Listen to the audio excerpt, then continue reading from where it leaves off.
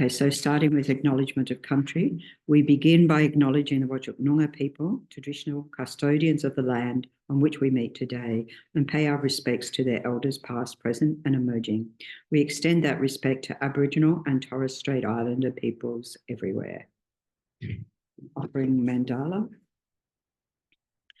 Saji Poi Jurkshir Meto Pramarabling Nidegen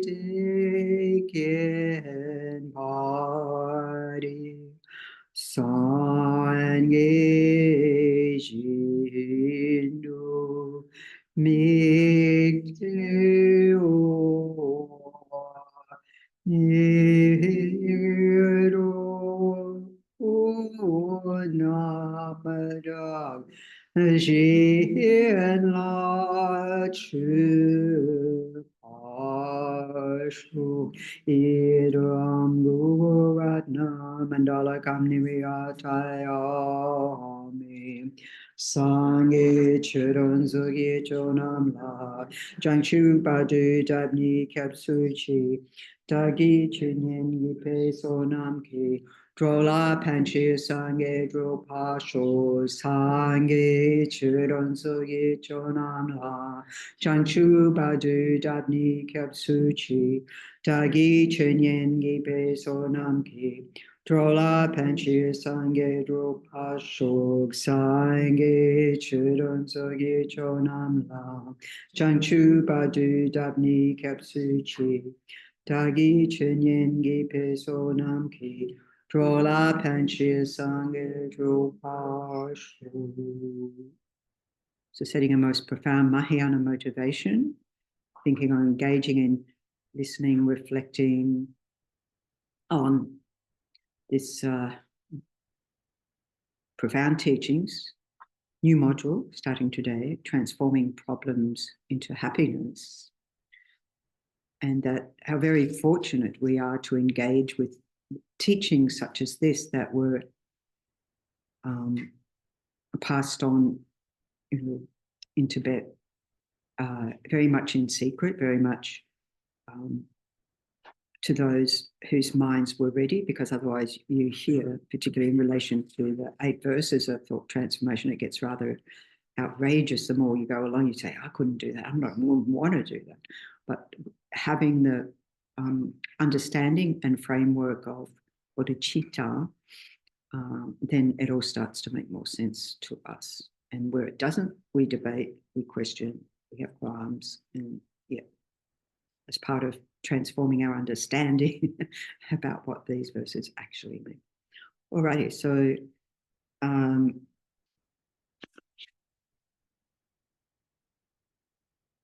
so those of you who were participating in the previous module, how to develop bodhicitta, we're looking at how cherishing ourselves is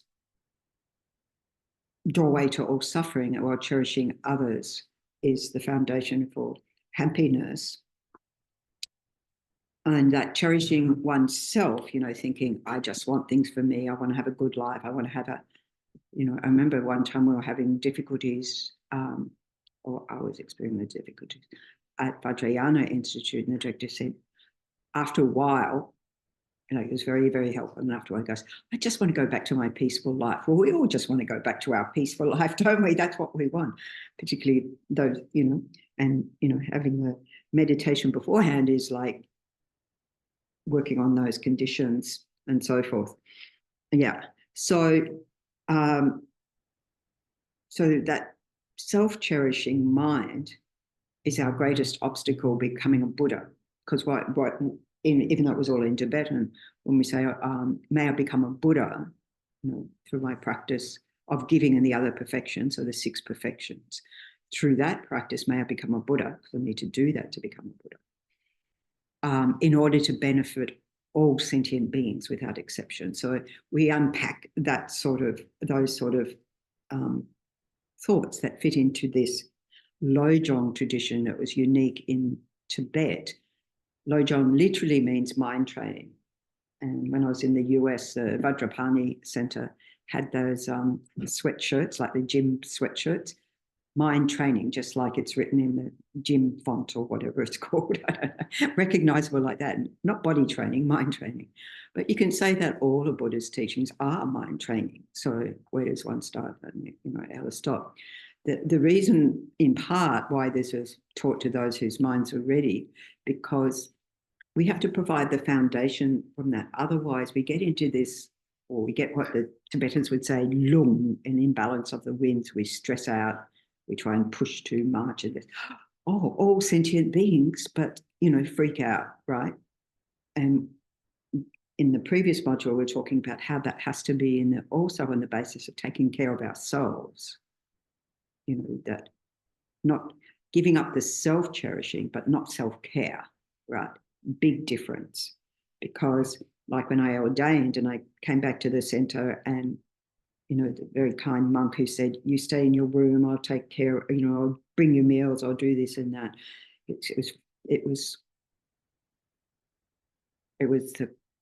I'd come back from where I was ordained in New Zealand, the coldest July or coldest year or whatever in New Zealand. So let's say it was icy. And he said, look, you've got to look after yourself. Otherwise, how can you look after others? So that notion of, as we're going through this, but we're going through it with this sincere attitude of caring for others, but not forgetting to care for ourselves. Okay, but it's that sense of, with the sense of bodhicitta, is that I myself will do it. And Lama Zopa Rinpoche would say, by myself alone. In other words, I'll be the one to, when we say, oh, somebody should move that, someone will trip over it, I am that someone. So if I've had the thought to move something because it's a trip hazard, just do it. But if we're more of those very simple day-to-day examples that we can use, we can do, then, we get able to do more and more, So we take on a responsibility to work for the benefit of others. And as we were talking about last time, we can use many examples of what we do day to day, and we just have in our mind for the benefit of all beings, for the benefit of all beings, So this is cultivating the mind. So this transforming problems into happiness might sound like you'll never have problems again. Sorry to say, it's not that. So what we're transforming is how our mind perceives when things get hard, when people rub you up the wrong way, when you have illness, all of these things, just on the illness one. When I ended up coming back from Bulgaria and ending up in hospital with pneumonia, and Chökyi Rinpoche had just, arrived at our center first time in Australia. And I'm like, this is so unfair. I want to be at the teachings. Why is this happening to me? Of course, until I got the phone call message from Chökyi Rinpoche saying, it's a blessing, better than eons of hot hells in terms of purification. So it's like, oh, this is something good, even though it feels like something bad. And I used to want to get, not at the very beginning, I was too sick, but then I'd be sitting on the side of my bed saying, can I have day release, to go to the teachings? So that happened a few times as well. So, hey, look, it was, but because I wasn't well, which means it's harder for you to work on your mind, but nonetheless I did. People gave me, not this one, but the 7-point mind training, which is another lo-jong teaching, which Chökyi Rinpoche was teaching. And so someone came in so I could listen to the teaching, recording of the teaching from the previous days. So like that. Anyway, so it became a blessing, right, for the mind. I'm like, why me, why now, blah, blah, blah, blah, blah, which only gave me even worse time in my mind. Rather than say, well, actually, and at the time I was doing the prostrations and non-dro as well. So early in the morning, I draw the curtain around, and I had the stand with the drip. It's like, okay, I don't have to do a perfect prostration, but I can reach the ground. Freezing in the teeth. No, Right? Australian in hospital. I know. Well, it could be not just cold. Maybe that's why I got staph infection. Probably is. Yeah, I got a private room. Anyway, okay, so Lama Zopa Rinpoche, in terms of transforming problems into happiness, talks about wearing the problems like earrings, right? So that they're like, our problems become precious gems because they allow us to work with our mind. As the Dalai Lama said one time, it's really hard for me because everyone around me is so nice to me, nobody confronts me, right? So indicating that's harder than having the confrontations that we don't want to have. And just like, how much have I transformed my mind? Way to go. So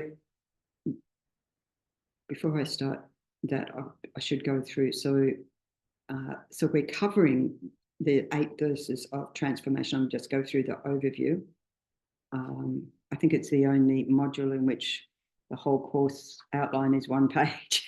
Not much to read, but a lot to do. So this 8 verses of thought transformation, which will today give a bit of background to, and then the general points that it each of these points relates to each of the 8 verses. So they get progressively harder, if you like, to actually put into practice. And then we've got the required readings and the practice text, which is a meditation practice, ever flowing nectar of bodhicitta, is in the gold book that we have here, but it's also in How to Meditate. It's called Meditation on Thought Transformation, and it goes through a practice involving the 8 verses. So is that happening? Yes. I've got that. Yeah, so it's. So what's the name of meditation? Meditation on Thought Transformation. So it's got, sort of preliminary practices, and then each of the verses, and you visualize Chenrezig above and streaming down. Oh, it's in the Lamrim Outlines. Of the Lamrim Outlines. Oh, yes, we're going to refer to that. The actual 8 verses we're going to. Thank you. No, it's just. That's why, yeah. So, yes, we're going to actually refer to that. And they've put in other readings, further readings. There's quite a lot of commentary on the 8 verses of thought transformation. And a couple of years during COVID, Geshe Zopa was giving thought transformation, lo-jong teachings, thought transformation, this genre of teachings online for the centres in Australia, but then Russia joined in,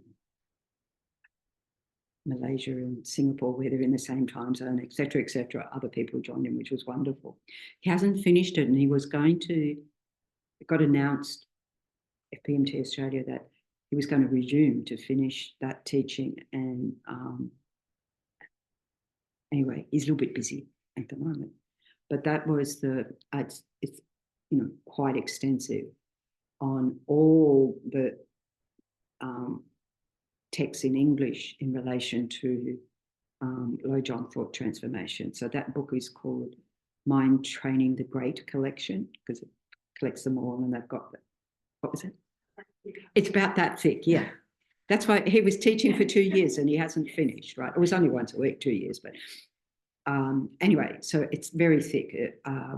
So edited by Thubten Jinpa. So, and it's, you can easily, it's quite a tome, yes. Okay. So the composer of this 8 verses of thought transformation was Geshe Langri Tangpa. So this falls within the lineage of the Kadam masters, which, when Lama Atisha went to Tibet. And so it's in it's usually in the context of the lamp of the path to enlightenment. And then Dron Tompa, his principal student there, established what we call the Kadampa tradition, which was a forerunner to what we follow, the Gelugpa tradition. So in the Kadampa tradition, you hear about all these different Geshis, which I'll mention names of. And then when Lama Tsongkhapa came along, he sort of regrouped everything or established the Gelugpa tradition. So Lama Tsongkhapa here. So we follow Lama Tsongkhapa's teachings. So Geshe Langri Tangpa was from his name before he became a Geshe was Dorje Senge. He was in the 11th century. So and he was born in Ulsan, Pimpo in Ulsan. And one of the famous amusing stories about him, because he was very serious. He never cracked a smile. Sometimes it was called the sour face one because he never cracked a smile. Except the story is told that one day, as he was doing his practice on the altar, with a beautiful jewel, and this mouse came to try and pick it up and couldn't. So the mouse disappears and brings back 4 mates, or 3 mates, actually, 4, the 4 and 4. So they get the mouse on its back. I mean, the mouse, central mouse, the first one, lies on his back, and they put the jewel on his tummy, and they take his arms and legs. So they got the precious jewel. Now, he laughed. He found that very amusing. And I thought about it, and I was thinking about this morning, thinking, it wasn't something they could eat. Why were they so interested in that?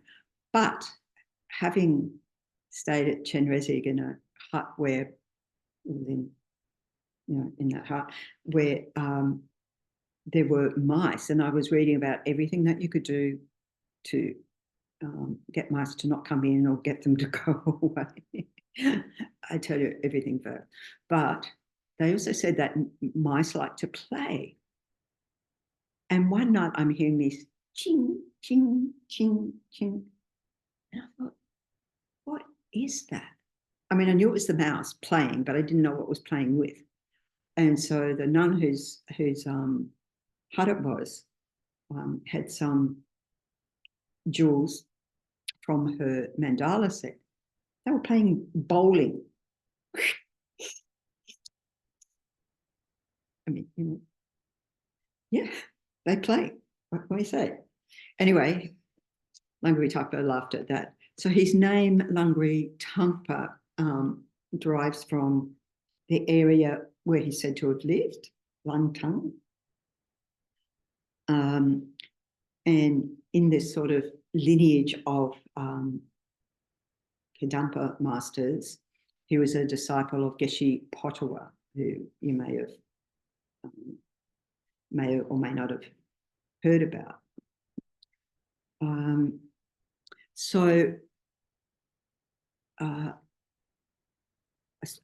Another story related to that is that of Geshe Chökyi, who composed the 7-point mind training. And he composed it on the basis he found part of the 8 verses, but just a little bit of one verse. And he wanted to find the teacher who composed that. Langri Tangpa had previously died, but then he found Geshe Sharawa. You don't have to remember all these names, just to know who was the sort of a close disciple of Geshe Langri Tangpa. And so then Geshe Chökyi was able to therefore get the transmission of the 8 verses and use that as a foundation for the 8 verses. That's enough history. Just context. And so I'm just saying my first encounter with the 8 verses that I recall was my first encounter. In 1998, His Holiness the Dalai Lama gave teaching on the 8 verses in Washington State, I think, or Washington City. I always get confused which one. You say Washington.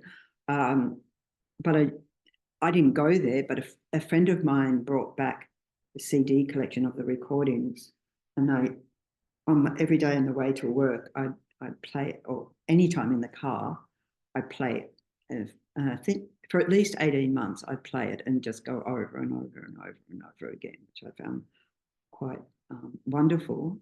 And then my first face-to-face teaching, I think, might have been with Geshe Thubten before this, sorry, Geshe, but was with Geshe Sharab at Kopan, where he taught on the 8 verses in an afternoon.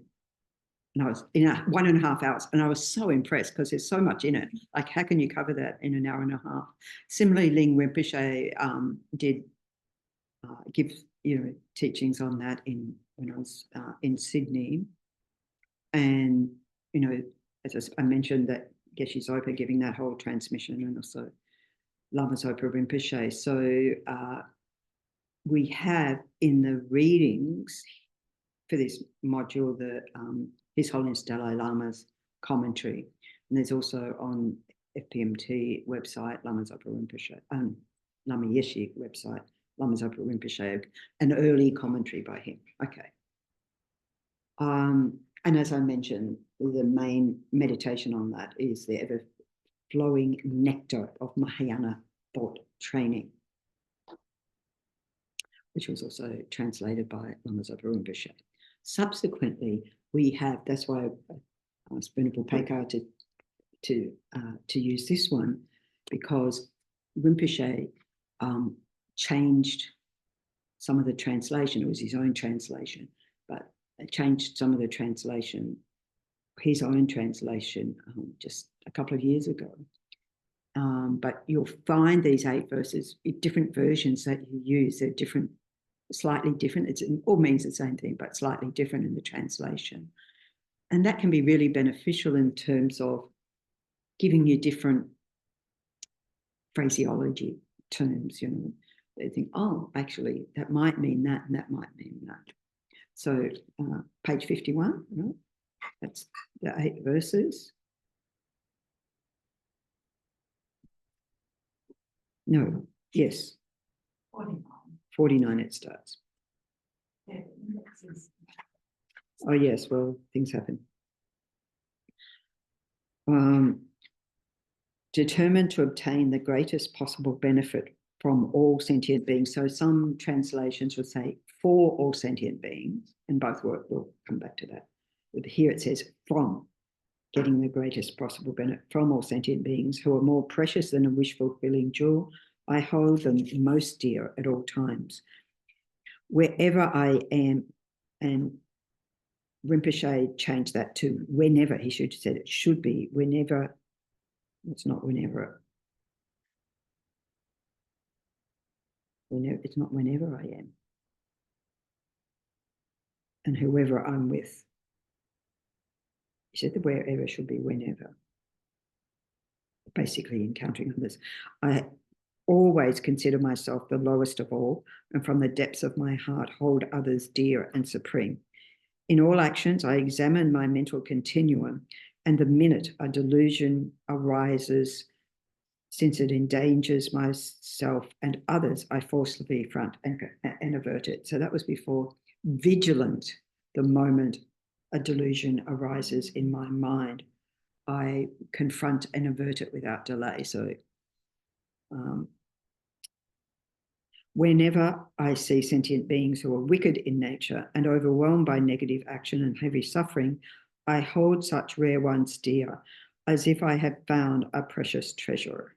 When, out of envy, others mistreat me with abuse, insults, or the like, I accept defeat and offer the victory to them. That one's, you're just like, what? Ling Rinpoche gave a really wonderful example for that I connected with, and okay.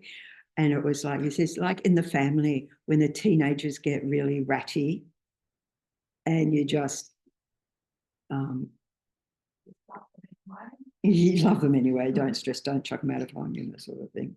When they turn on you, that's right. When they turn on you, because they're, I guess, asserting their independence.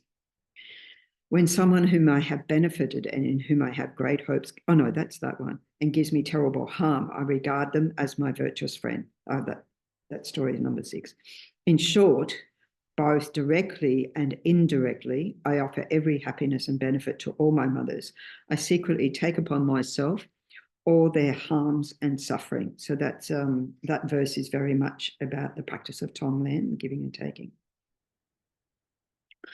Also, I do not defile these practices with the sayings of superstitions of the 8 worldly concerns, and by knowing all phenomena to be illusory, without trusting them, I am free from bondage. So that's the wisdom one, the culmination of all these practices. Okay.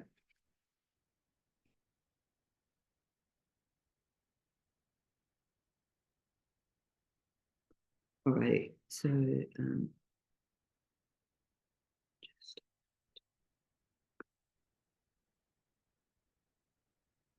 So coming back to talk about a little bit about Geshe Chökyi, who composed the 7-point mind training on the basis of these 8 verses. So he said, my admiration for the Kadampas, or the preceding Geshis, first arose when I heard the 8 verses from Chökyi. Thereafter, I studied the verses and meticulously memorized the words. And this is the thing, it's only 8 verses, easy to memorize them by heart, because then they're in your mental continuum, and throughout the day you can recite them. One of the students at Vajrayana Institute, I remember when she first coming to the center, and Geshe Dawa gave her as a sort of preliminary, her very first practice was daily recitation of the 8 verses of thought transformation, which I found as a preliminary practice quite advanced. But the recitation of it to get the blessings on our mind, I think, as Geshe Zopa was saying when he's here, like traditionally in the monasteries, and he talked about himself from very young, they'd memorize texts and then only later get commentaries on it. Right? These tend to go the other way around, and but he said we didn't know what we're saying, but we memorized it. So I studied the verses and meticulously memorized the words, repeating them until I arrived at lo-jong, which I don't know where it is and how far away that is. Yet I failed to realize their meaning in my heart. So that's that thing. I memorized it, but I didn't know what they meant.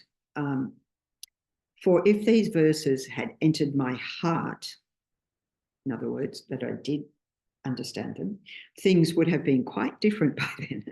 Nonetheless, whenever the fear of being attacked by bandits and such appeared in my mind, so the fear of being attacked, you're not being attacked, but the fear of it arises in the mind during my journey, I reflected upon these verses and this helped. Also, I was often in situations where I had to seek shelter with strangers when my mind turned wild and untamed. During times when I was confronted with seemingly unbearable situations, such as failing to secure a suitable shelter, or when I became the target of others' disparagement, these verses helped me. Sort of saying that they're very practical, you can apply them every day. Absolutely, you can apply them to everything. In fact, if we're talking about mind transformation, it's by implementing in our daily practice.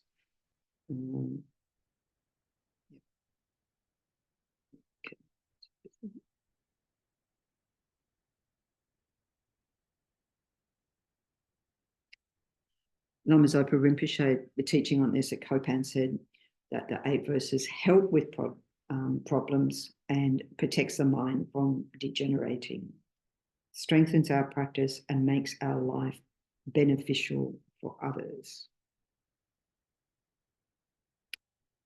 So the first verse, coming back to the first verse, determined to attain the greatest possible benefit from all sentient beings. So this from all sentient beings, I mean, as I said, it can be for all sentient beings, because for all sentient beings, this is why I'm doing it, to benefit others. But then it says here, from all sentient beings. So think about when we do the Vajrasattva practice and we apply the 4 opponent powers, and that the opponent power of reliance. So the first part of reliance is reliance on the 3 precious gems, Buddha, Dharma, Sangha, 3 rare sublime ones, as Lama Zopa Rinpoche says. And so by reliance on the Buddha, the teachings of the Buddha, and the Arya Sangha, those who've had realizations in their mind and are able to convey that. So we can think of all these Kadampa masters, we can think all the way coming down through Lama Tsongkhapa to our teachers today, sort of lamas. So that's the second part, which is reliance. When you have to do the Vajrasattva practice, and the way it's in our silver book, it's like it's got dependence on the objects of refuge, and then dependence on bodhicitta, which is towards sentient beings. So in dependence on other sentient beings, we initially develop the altruistic aspiration to become a Buddha, to benefit all beings. So like when Geshe Zopa offered the bodhisattva vows, the aspirational bodhisattva vows. So it depends on others, because we're generating, by my practice of giving another perfections, who's that in relation to? It's in relation to other sentient beings. Because the Buddhas have perfected the 6 perfections, right? But it's in my relationship with others, having the wish to give, wishing to give, material support, wishing to give Dharma, the most precious one to give, wishing to give freedom from fear. And sometimes it's added, though it's not classically there, giving love. So that giving love, loving kindness, continues to imbue our mind with that we think, may everything I think, do, and say today be of benefit to others, variations on that. So initially, we therefore generate that aspirational bodhicitta. In the middle, we put that into practice in our day-to-day to generate good works, good deeds, in what we do, or cultivate our virtues, our positive states of mind. And then as a result of that, finally, for the benefit of others, we achieve Buddhahood. In other words, a Buddha's job is to benefit others. So you do all this work to become a Buddha. You don't stop there and say, right, I'm a Buddha now, I can just chill. No, I'm a Buddha now. Now I can see how much suffering there is, and now I've got to do something big time, So in this way, others are very precious, very dear, who, and excel even the most precious wish-fulfilling jewel. Probably Lama Zopa Rinpoche would say, even skies fill of wish-fulfilling jewels. Why? Because wish-fulfilling jewels, I always think of the genie in the lamp. Wish-fulfilling jewels, they only fulfill your wishes of this life. So it's very limited. It's great while it lasts, but it's only for this life.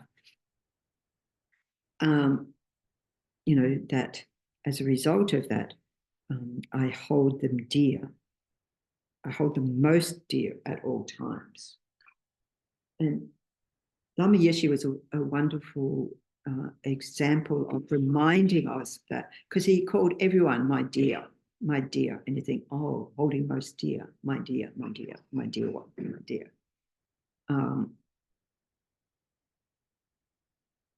So, and he'd it wasn't emails, was it? Letters, it must have been, because no, email wasn't around then, even when the time he died. He would sign Big Love, which is why we have that book, Big Love. So Big Love is bodhicitta. Right? that's 2 massive tomes. So when I say that book, big love.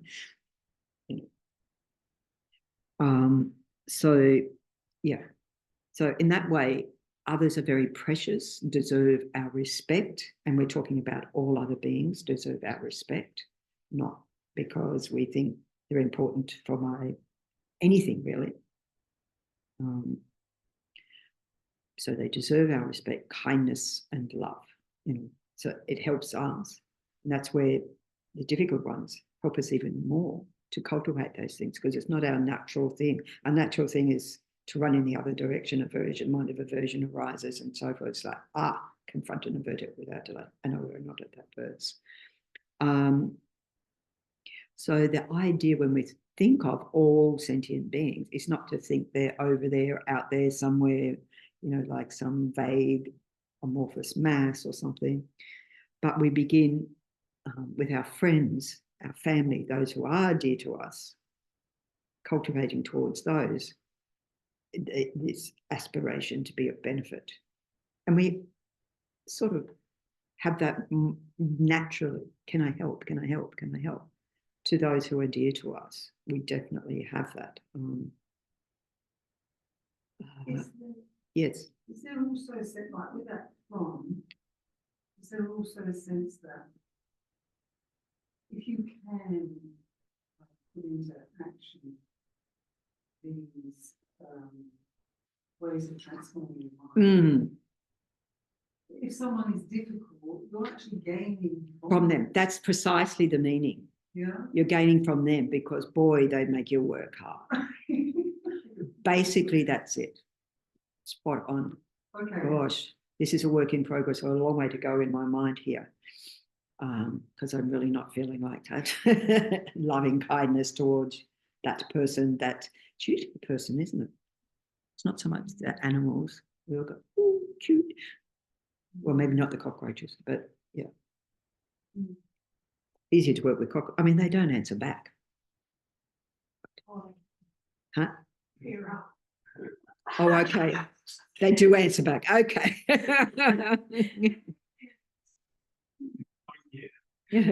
Sorry. Okay, mosquitoes. Now that's mosquitoes. Bzzz, Yeah. With all those diseases. and with diseases, yeah, etc. So we begin with, as the Dalai Lama says, we widen the circle of love. We begin with those close to us, and then, those who are strangers, who are only strangers until we engage with them, and then they're no longer strangers. And of course, those who are the difficult ones, those who rear up, are the ones where we really work on transforming our minds. Okay, so the idea here, they're so precious because it's on the basis of sentient beings that we achieve our temporal goals, and in other words, for this life. So my goal for this life, I know, is to, even being a very lazy practitioner, is nonetheless to establish as much in my mental continuum, because that's the only thing I'm taking with me. So that's a goal, to say I've got to get it in my mind stream so that when I meet the conditions again, it arises there, and not, am I going to, get the yummy cake, or, so forth. And it's interesting, when we do have pleasures arising from our senses, which is where they arise, it's said to be also a ripening of positive karma, past positive karma. So if we look at it like that, rather than, oh, that was a yummy piece of cake, and where can I get another one? And we think, oh, wow, must have something good back there. It's ripening very nicely at this moment. And last night I said to Gen Sondu, I was talking about, and it transformed my idea about this, that, there's the debate about full ordination in the Tibetan tradition and also in the Theravadan tradition, but we're concerned about the Tibetan tradition. And the thought occurred to me belatedly, oh, It's my karma, right? Be one female rather than males. Well, to not have so far the capacity to take those full ordination vows. Especially when Lama Zopa said to me, would you keep all those vows? I should have responded, well, we're not allowed to know what all those vows are, the 363 or whatever, until you actually take the ordination. But I did reflect and go, I think Rinpoche's got a point there. Yeah, so to see that as your own karmic ripening is very, very useful. So there you go. I've got a different perspective now. Yeah. So relying on others, we achieve liberation,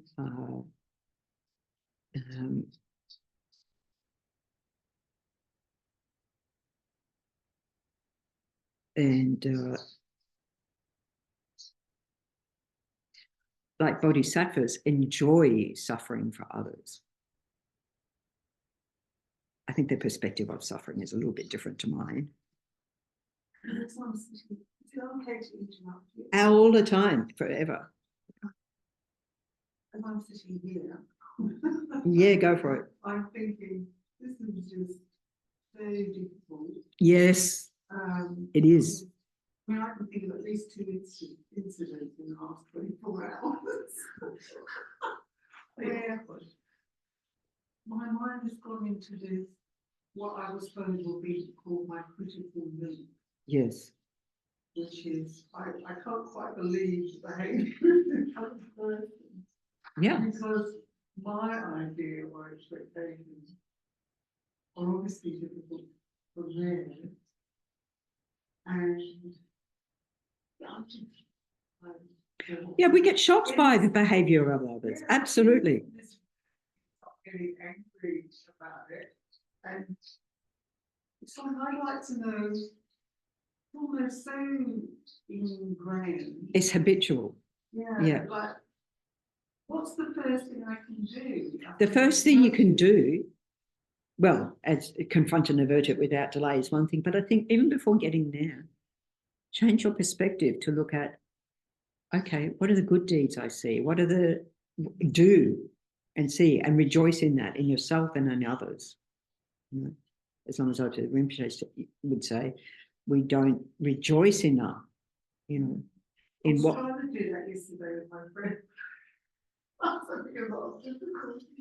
But you don't even maybe rejoicing's too hard, but just calling to mind, okay, they're my friend.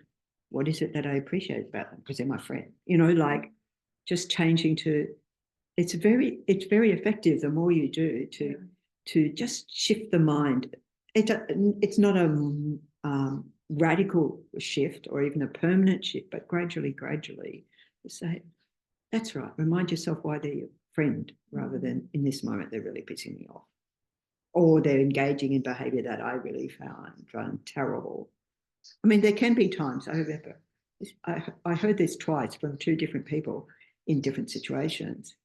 And when someone was being negative, but it wasn't directly towards them, it was maybe it was towards someone else. And both of them said the same thing in these different situations. And they said, that hurts me. Like I was standing up for the other person. But it wasn't when it's coming directly to you, because that's harder, right? But we can at least, you know, yes, forgiveness, and yes, you know, they're having a bad day, and yes, whatever. But I think it's much more realistic to start to think, well, actually, I like this about them, or even in the moment, oh, they're wearing lovely clothes, or they've got nice hair, really mundane things. Don't let us all get too profound. Initially, you know, baby steps to just recognize it in the mind, you know, and then as it says in the next verse here, confront and avert it without delay, or what does it say now? Second verse here. Wherever I am and whoever I'm with, not that one. And number 3, in all actions, I examine my mental continuum and the minute a delusion arises. So that could be anything. That could be in relation to my mind of attachment, really wanting that thing, or my mind of attachment to peace and people behaving well, or so forth. It's interesting, my mind.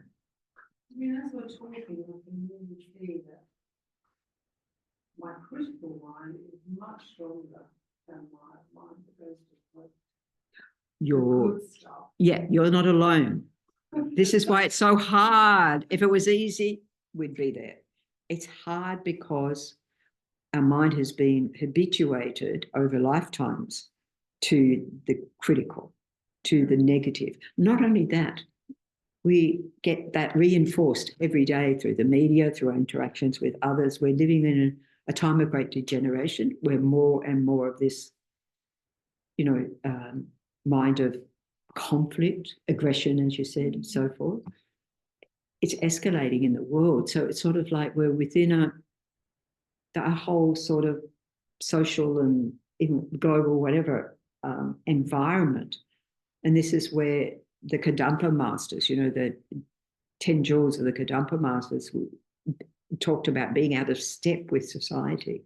So you first of all got to recognize that we're surrounded by that, and that feeds that mind. So therefore it's harder, much harder for us to practice. But as a result, it's much more profound. The benefits are much more profound because it's not easy. Well, I can also realize I do exactly the same thing to myself. I think we do worse to ourselves. Or maybe, yes. I mean, probably. personally. But, sometimes even sort of, one of the things I was doing yesterday was kind of thinking, well, this person doesn't realise what they're doing. Yeah. Right? And that takes some of the sting out of it. But it's still so annoying. It is annoying. When you can have a chat to that annoying, I mean, you can think about your own mind's reaction and go, you are so annoying, mind. Or, Yeah, okay. I think I've got a little bit about that to go away and work with. Yeah. Oh, this is lifetimes of work with. Yeah, I know. You see why the Buddha talked about eons. It's just like, yeah. It's a hard, and that, the job of a bodhisattva is why it's a courageous, a brave bodhisattva. These terms are used because it takes a lot of courage to go against, I'm not going to buy into their story. I'm not going to buy into their behavior, just telling ourselves, yeah.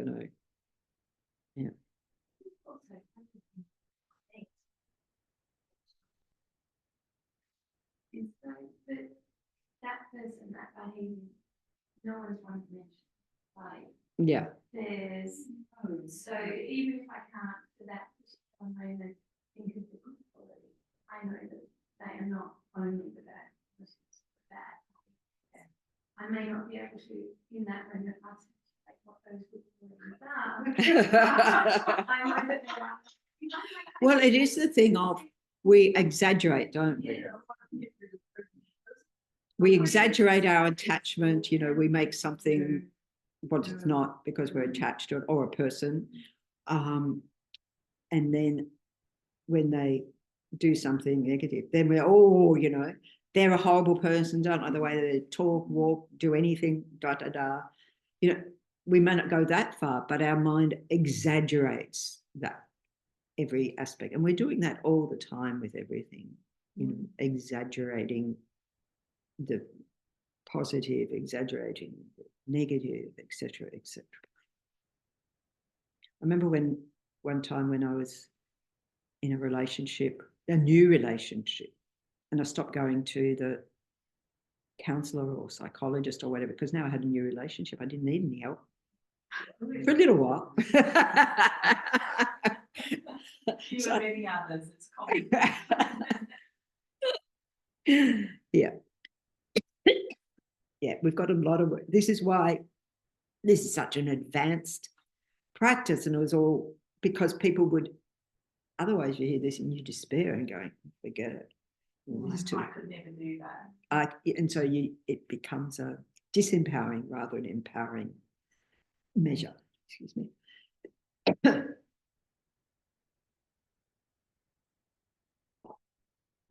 mean, sometimes just in your mind, visualizing a stop sign. Stop. You're talking to the mind. Stop. Stop. Just stop. Drop it. Whatever words. Sometimes I try and remind myself that that person. Yes, they too. I don't always need to do that, but you know, maybe on reflection later. Okay. They will become a Buddha. I mean, you mentioned on this morning, I also realised that this plays into a pattern of mind, which is wanting to fix things. Yeah. Right? Yeah. Or at least, you know, like help the other person sort of see something or think about it differently, that might help. And this does not work with this person. No. So no, not necessarily. So you try it out and just like, well, that strategy is not working, and you go, okay. But I think what I need. It's about changing ourselves rather than Yes, I changing think other I need persons. that pattern and give more space as well to whatever is happening. Yeah. For myself and for that person, as well as all the other things. Yeah. So I've now got at least 4 or 5 strategies. Great. Which I think I need. I mean, I had a situation, it's the only time I've had this experience in life, which I'm very happy that I have only had this experience once. But I was visiting Coolangatta and had gone into a shop and came out, and this woman was, you know, picking up cigarette butts and so forth. No, she was in the shop. She saw me in the shop, but then when I came out, she was there. And she was asking me, you know, some advice or whatever. Everything I said, her response to everything was negative. Absolutely everything. It's just like, no, she's got a negative mind and she doesn't want to have a positive mind. Or no, it's not necessarily volitional, but that negative mind is so strong, no matter what I could think of to say, was not breaking through. So then you're like, And she must have had a pretty awful life. yeah. I didn't want to go and buy a pack of cigarettes, but she probably would have been cheered up momentarily. Anyway, so we give it a try. And then also, as you're saying, you know, we look at our mind that's wanting to fix things, you know, and go, yeah, can we? So here at the beginning of the verse, it says determined. So this mind of determination, even it didn't work with your friend that time, we don't give up. We don't give up on our friends. We don't give up on ourselves. You know, with the perfection of patience, it's having patience with us. One of the aspects is having patience with ourselves, with our own practice, because it is the long haul, right? And just have patience and realize I'm just chipping away at these entrenched, critical, negative minds, chip away, you know, let our mind relax and accept this is where I'm at. What does Pema Chodron say? Start where you're at. Like, this is where I'm at. Okay. I'm not that great bodhisattva. As the woman at the Holiness teachings in Sydney in 96, with the big long queue to the women's loo. And she raced up in front of everybody, and, you know, people were glaring at her like they were all a big long queue waiting, doing the right thing. Just, I'm Buddhist, I'm not Buddha.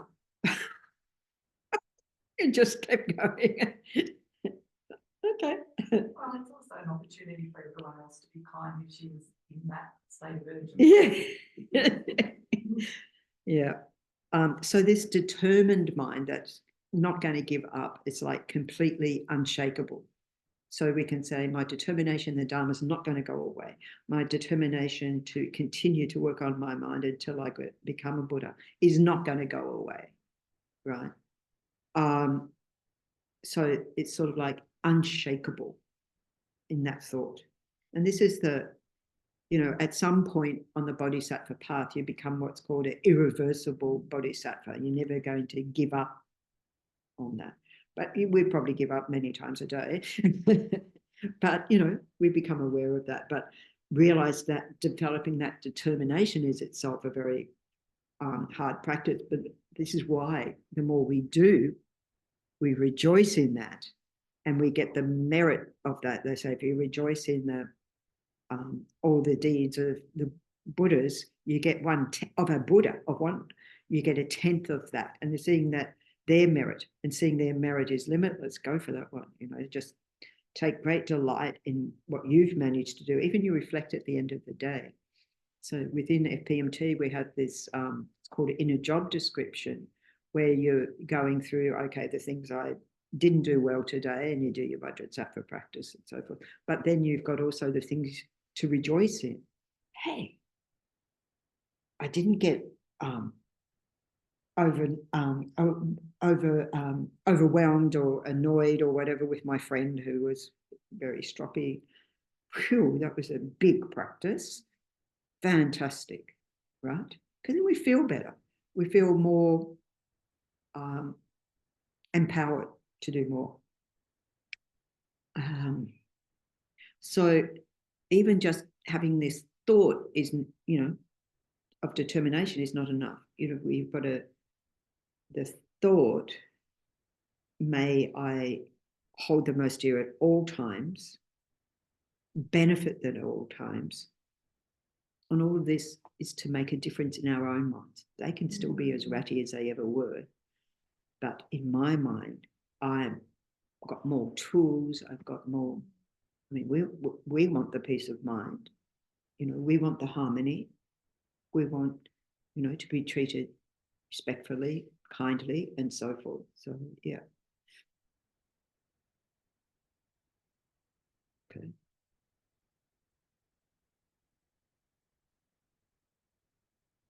So maybe, because we're having a bit of discussion, you have some examples yourself where you've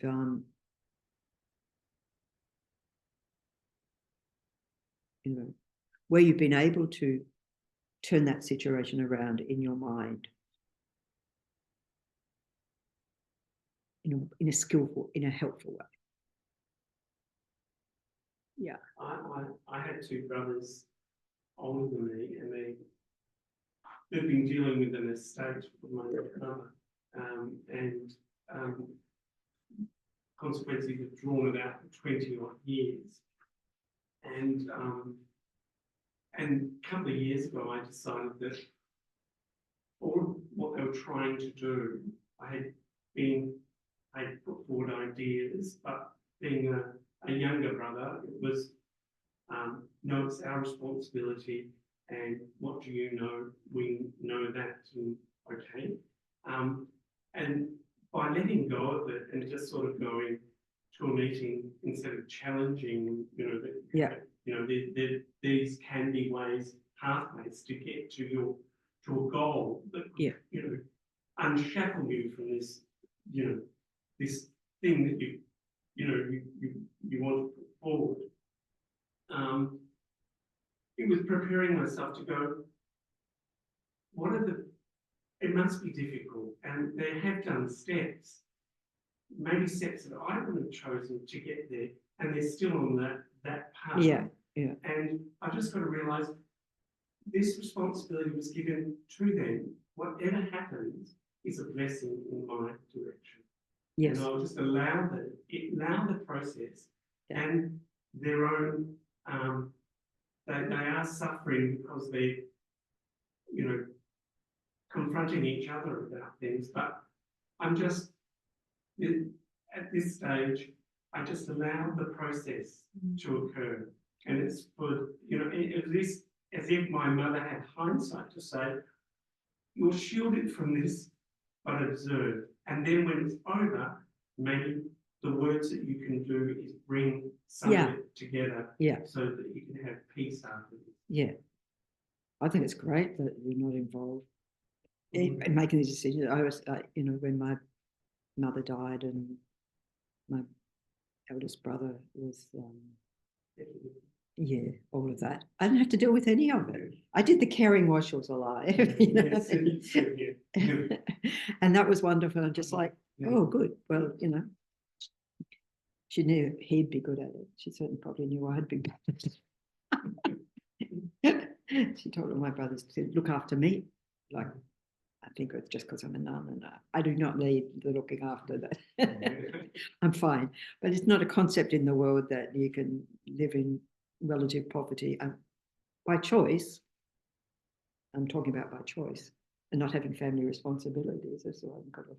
But yeah, it's that taking that step back and, as you said, allowing the process to unfold and say, actually, I don't have to get involved here. It's quite freeing, right? Yeah. But our mind of sense of maybe a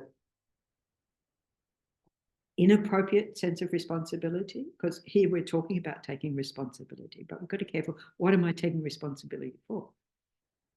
My own mind is number one. You know, so very good. Anyone else want to? I have to say that this particular. Oh, wonderful. Yes, Favorite text. This is something that I have found to be perhaps the most beneficial for mind training. Yeah. Obviously. And the first time I was very deeply distracted and she shared a chant master knowledge. Yeah. Yeah. So co-teach, immersed. Yeah.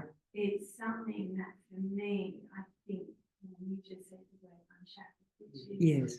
it's just the one text that I can always go back to because it is that unshackles my self-cherishing. We started the conversation today with and this unshackles so much. That's the plan. Unshackle our self-cherishing, and I think turning our mind around. Yeah.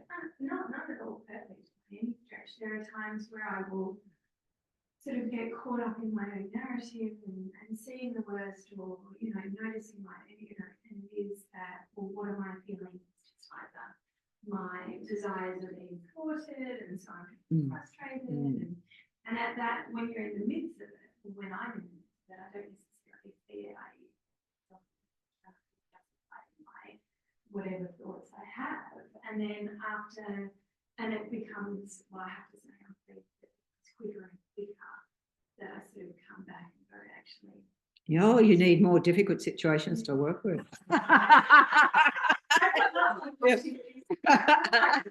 There are lots of opportunities to practice. There definitely are many, many. I'm not sure.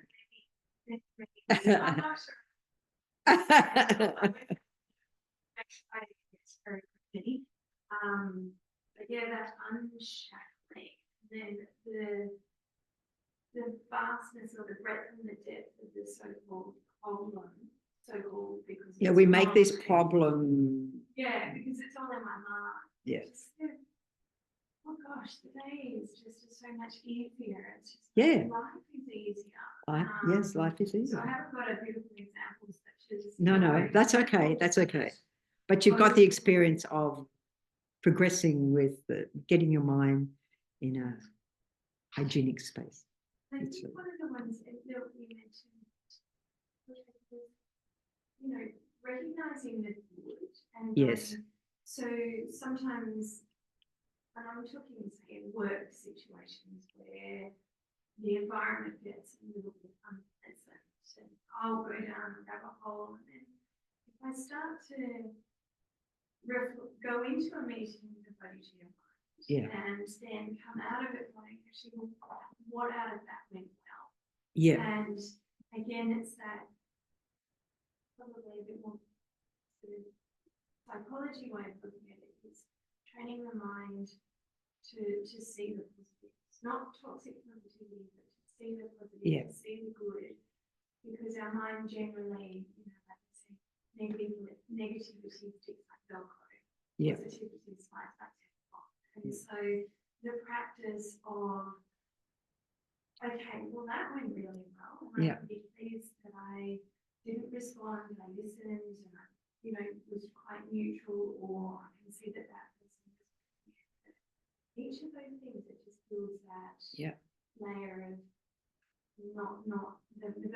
becomes looser. These are examples Yes. of Yeah. transforming the mind, So that's the practice in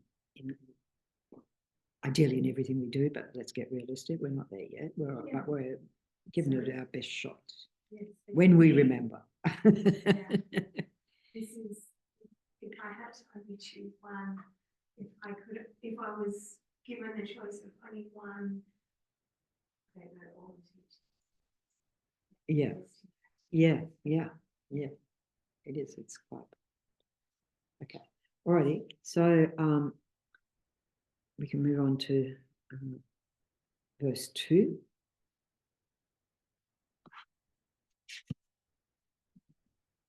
Wherever I am and whoever I'm with. So another translation is when in the company of others. So that's the whenever that Lama Zopa Rinpoche talks about. Whenever I'm in the company of others. It means the same thing. Wherever I am and whoever I'm with. I think the wherever adds this point of when I'm in a variety of situations. So there could be difficult situations. There could be, well, if they're positive situations, probably easier for us anyway. But a lot of difficulties arise and problems arise and so forth. Where we're in all kinds of situation. And when I think about wherever I am, where I worked when I was working at the university over East, and there was let me say, I had a person who was my work in progress for my mind. So every morning on the way to work, I'd be rehearsing. Now I'm just going to say, good morning, how are you? Rather than ignore them and walk straight past to my office. And, so really training the mind to engage in those situations, probably not too difficult. It wasn't too challenging. I just had to remember to do it. But that, sort of then is another way counteracting that mind. So wherever I am and whoever I'm with, friend, enemy, stranger, whatever, I always consider myself the lowest of all. Sounds a bit dire.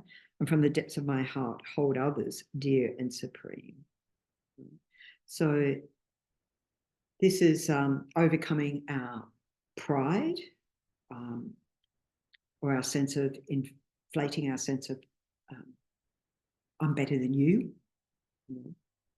That attitude of, it's pride, isn't it? Arrogance and so forth. And so that gets in our way of cherishing others because, we put ourselves on higher status for whatever reason. And so the antidote is to practice humility, which is what the line, I always consider myself the lowest of all. So this is not to put yourself down. It's about saying, I'm not any more important than others. And on top of that, I'm only one and they're many. So I'm not, I am the lowest of all in that way. So this is, to diminish that self-cherishing pride. So practicing humility in the company of others. So when we, the practice of humility could be actually just listening to others and not jumping in with, oh, we should do this, not giving others a chance. So it is that thing of just having humility, not say, oh, but I know all about that. I know how to fix it. So it helps with letting go of the fixer as well. So, when we look at our lamas that, Dalai Lama and others, that any of the geshes that we encounter, they're not big noting themselves. They're not saying, oh, but I'm this and I'm that or anything. They don't, we don't even know what their realizations are till His Holiness says, well, what did he say? What are some of the things he said recently? Yeah, yes, I was Lama Tsongkhapa. That's not true. Not that's true.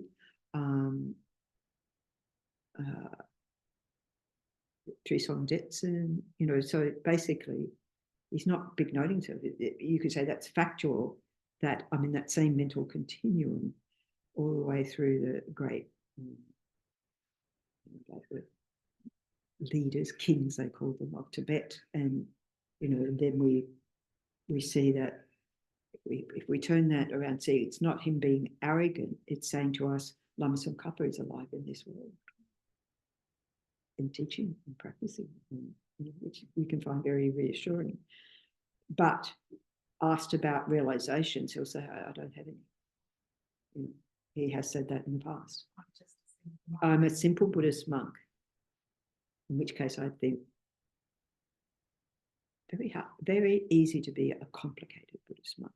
Probably much harder to be a simple Buddhist monk, particularly when you're recognized having this status and everyone looks up to you being a simple Buddhist monk. And having had the great fortune last year of being visiting Ladakh and in Leh, where they have, like, His Holiness usually at this time of year would be in Ladakh because it's summer there, escape the monsoon in Dharamsala, but I don't know, he's doing his rehab somewhere. But see, going to his abode, you know, when he stays there, and his bedroom. No, first of all, you go through one bedroom and there's two beds, so that's his like attendance. Just very simple, nothing on the walls, nothing, just these like very simple two beds and a desk. You go into His Holiness the same, but one bed, like nothing, like, and very, very plain, nothing ostentatious, nothing pampering the senses, just functional, everything functional. And you think, wow, that's a big practice. Because people would happily, you know, provide lavish accommodation and so forth. When we had the conferences in Sydney, and we'd always be instructed, you know, because you'd have special crockery, cutlery, everything for His Holiness separate to what everyone else had. It's like here we have the Geshe box for, you know, visiting Geshes and so forth. And His Holiness just said, I just want the same as everybody else. So you buy that special crockery and stuff, but it had to look the same as everyone else's because he just wanted everything plain. And he'd say, you know, just, you know, don't use all that ritual stuff. I'll just sit in a regular chair. I'll just, you know, etc. From other people's side, they do what they do, but, you know, which is their own practice. So humility in the company of others, of not big noting ourselves, and to remind ourselves, think of what are the disadvantages of pride, and what are the advantages of relinquishing that, or developing humility and always increasing those benefits whenever we can.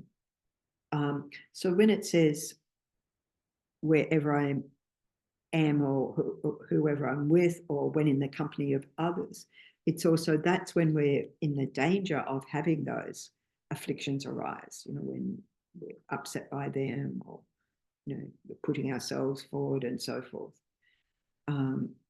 There's a danger of non-virtue. So that can be with family, with friends. You know, sometimes people say, oh, we talk about family being our closest, and people say, oh no, they're my enemies, you know. So whether amongst enemies, whether amongst strangers and so forth.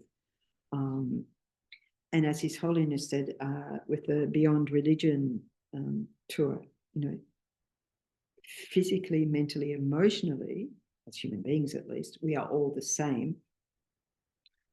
You know, differences of language, color, culture, whatever, caste, etc., knowledge. We say secondary, doesn't say they're not important, but in terms of not discriminating and therefore being arrogant towards some and so forth, putting them down.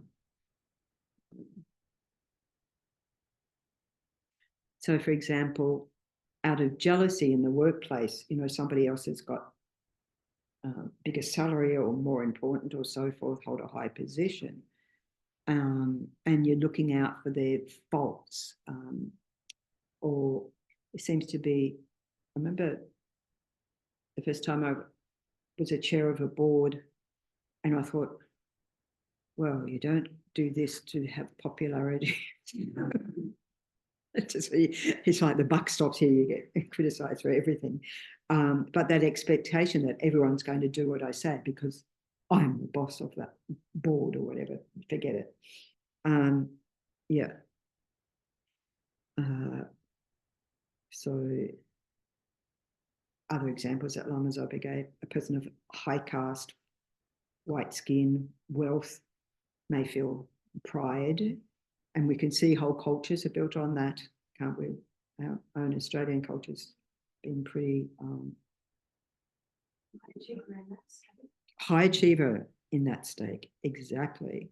We have a very much arrogant history, and even competition with peers in the workplace and so forth. I was thinking about Tall poppy syndrome. We do talk about the tall poppy syndrome. We only report if we win gold medals, not we go to see races with other countries doing their best. I know, I only checked out what Australia was doing. We're number one at the moment. Yeah. But it's only day one, no number one. Once the swimming's over, we'll be. Yeah. Yes. Check him out because all he was doing was wishing him well, you know. Yeah. And that was No. It's become such a huge. Yeah. And this is the thing, we're going against society. We're having different ideas about society. Because if you think about it, by cutting out all those people, we're depriving ourselves of those experiences, those different worldviews and so forth. Who gets deprived of that? We do. So yeah, there's many reasons it doesn't work. So then it says, from the depths of my heart, hold others dear and supreme. In other words, that humility is not a false humility, it's genuine from the depths of our heart. Whether it, you know, so we avoid being disrespectful and we show respect.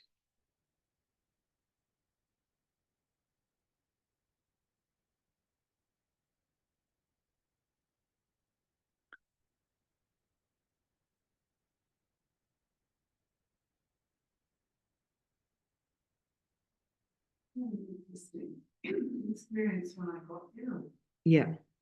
because I thought my body will make itself better. because I don't want to be sick. Our body does have a certain amount of healing capacity, but yeah. Well, I thought, yeah. But it didn't. I ended up in the hospital with it.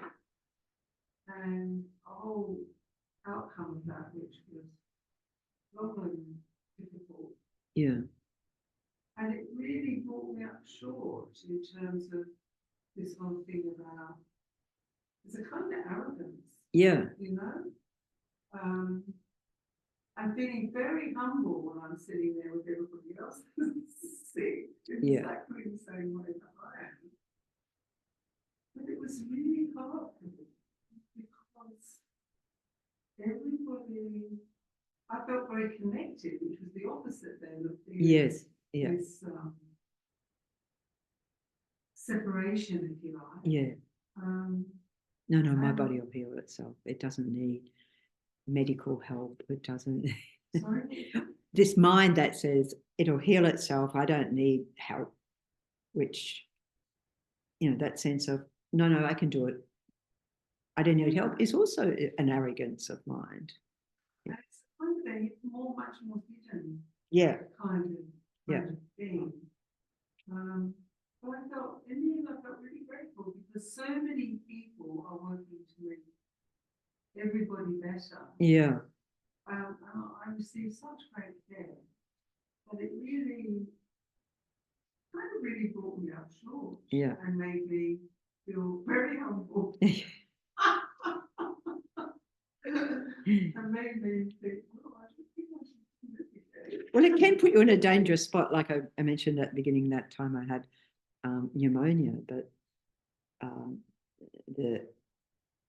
she was the SPC at the time, very dear friend, and she was a nurse, and she kept saying to me, "You're very grey. I'm fine. I'm fine." Because Tony Rinpoche was there. I wanted to be there. I was in total denial, which is also this arrogance of, no, she's the expert. I'm not.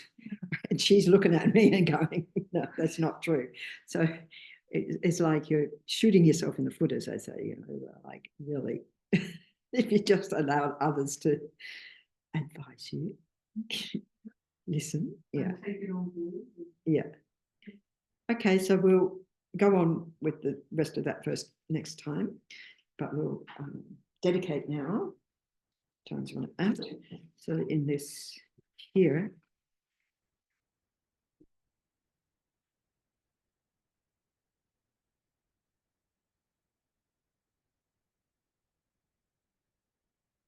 okay, what page is that? Oh, yeah.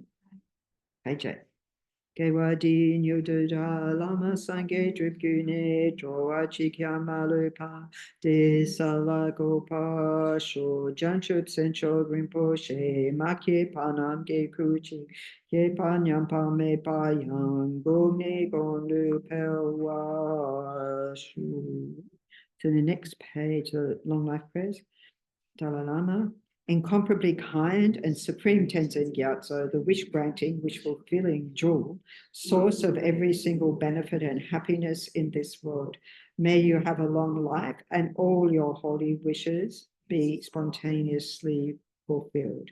In the prayer for swift return of Lama Zopa Rinpoche, peerless teacher, an assembly of the children of the victorious one, Shravakas and Pratyeka Buddhas, victorious Losang father and sons, along with the lineage masters, all the objects of refuge of infinite lands. Please bestow the virtue and goodness of accomplishing this prayer here and now, holding and spreading the Muni's precious and complete teachings through explanation and practice. You wore the armor of patience that is never discouraged. Incomparable Venerable Guru, to you I make request.